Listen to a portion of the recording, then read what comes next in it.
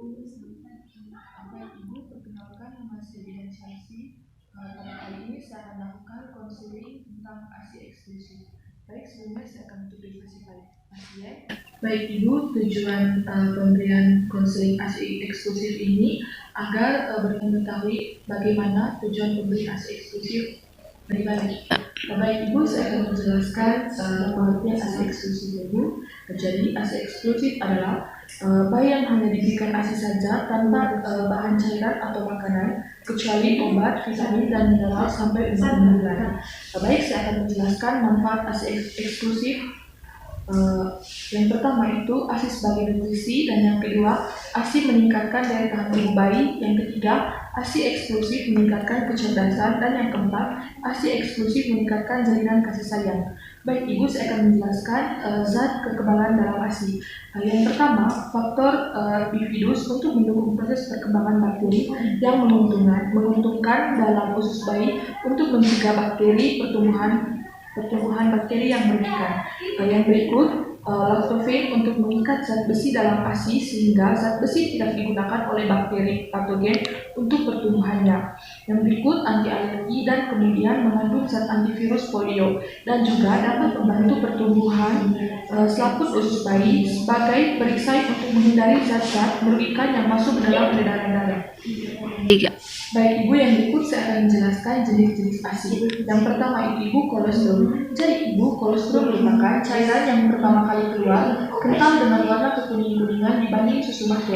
Yang berikut disekresi hari pertama sampai ketiga. Bila dipanaskan akan menggumpal, sedangkan ASI matur tidak.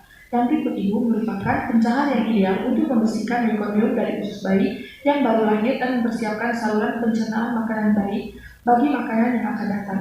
Yang berikut Ibu lebih banyak mengandung karbohidrat, protein, mineral, antibodi memberikan perlindungan bayi sampai umur 6 bulan dibandingkan dengan ASI matur. Kemudian saya akan menjelaskan ASI masa peralihan. Yang pertama merupakan ASI peralihan dari kolostrum sampai menjadi ASI yang matur. Yang berikut Ibu disekresi dari hari ke-4 sampai hari ke-10. Kemudian kadar protein makin rendah, sedangkan kadar karbohidrat dan lemak semakin meninggi dan volume juga semakin meningkat. Yang berikut Ibu saya akan menjelaskan tentang ASI matur. Yang pertama Ibu merupakan ASI matur yang disekresi pada hari ke-10 dan seterusnya. Komposisi relatif konstan, kemudian merupakan cairan berwarna putih kekuning-kuningan yang diakibatkan warna dari CA kaisin, riboflavin, dan karoten yang terdapat di dalamnya.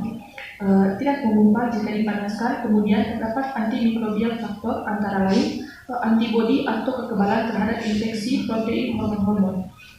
Jadi Ibu, yang berikut saya akan menjelaskan cara memperbanyak produksi ASI. Yang pertama, bayi menyusui setiap 2 jam selama 10-15 menit. Di setiap payudara, kemudian bangunkan bayi, buka baju atau gendong yang membuat rasa gerah, kemudian duduklah selama Ibu menyusui. Yang berikut Ibu pastikan bayi menyusui dengan posisi yang baik atau menempel pada Ibu dan menelan secara aktif. Kemudian Ibu susui bayi di tempat yang tenang, nyaman, dan minumlah setiap kali menyusui. Tidur bersebelah atau dekat dengan bayi, kemudian Ibu meningkatkan istirahat atau minum. Kemudian Ibu saya akan menjelaskan cara pengeluaran ASI. Yang pertama Ibu, pengeluaran ASI dengan tangan. Yang kedua, pengeluaran ASI dengan menggunakan pumpa. Yang berikut Ibu saya akan menjelaskan cara penyimpanan ASI. Yang pertama Ibu, di udara terbuka atau bebas itu 6-8 jam. Kemudian di lemari es 4 derajat Celcius tiap 24 jam. Di lemari pendingin atau beku 18 derajat Celcius 6 bulan. Kemudian Ibu, ASI yang telah didinginkan bila akan dipakai tidak boleh direbus karena kualitasnya akan menurun, yaitu unsur kekebalannya. ASI tersebut cukup didiamkan beberapa saat di dalam suhu kamar agar tidak terlalu dingin, atau dapat pula direndam di dalam wadah. Kemudian Ibu saya akan menjelaskan cara penerapan ASI eksklusif pada Ibu bekerja.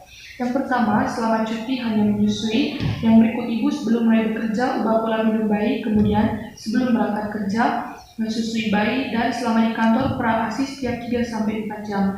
Simpan di lemari es dan dibawa pulang, kemudian setelah dihangatkan diberi dengan cangkir. Baik Ibu, apakah Ibu sudah mengerti?